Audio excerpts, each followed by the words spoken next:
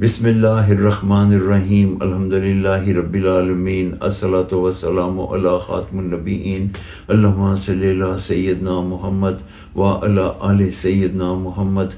السلام علیکم ورحمۃ اللہ وبرکاتہ۔ آج کی حدیث صحیح مسلم جلد نمبر 1 حدیث نمبر 1074۔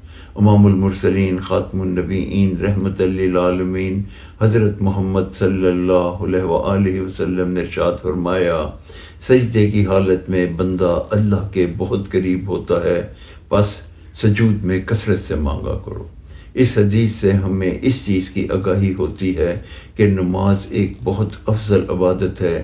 اس میں بندہ اپنے رب کے روبرو ہوتا ہے اور سجدے کی حالت میں بندہ اللہ کے بہت قریب ہوتا ہے۔ ہمیں چاہیے کہ ہم اپنے سجود کو طویل کریں، اپنی حاجات اللہ تعالیٰ سے بیان کریں اور اللہ تعالیٰ کی بارگاہ میں کثرت سے دعا کریں۔ یہی ہمیں طریقہ نبی پاک صلی اللہ علیہ وآلہ وسلم نے سکھا دیا۔ اسی سے قبولیت ہوگی اور اسی میں ہماری فلاح ہوگی، اسی میں ہماری بھلائی۔ ہمیں چاہیے کہ ہم نمازوں میں سجدوں کو طویل کریں۔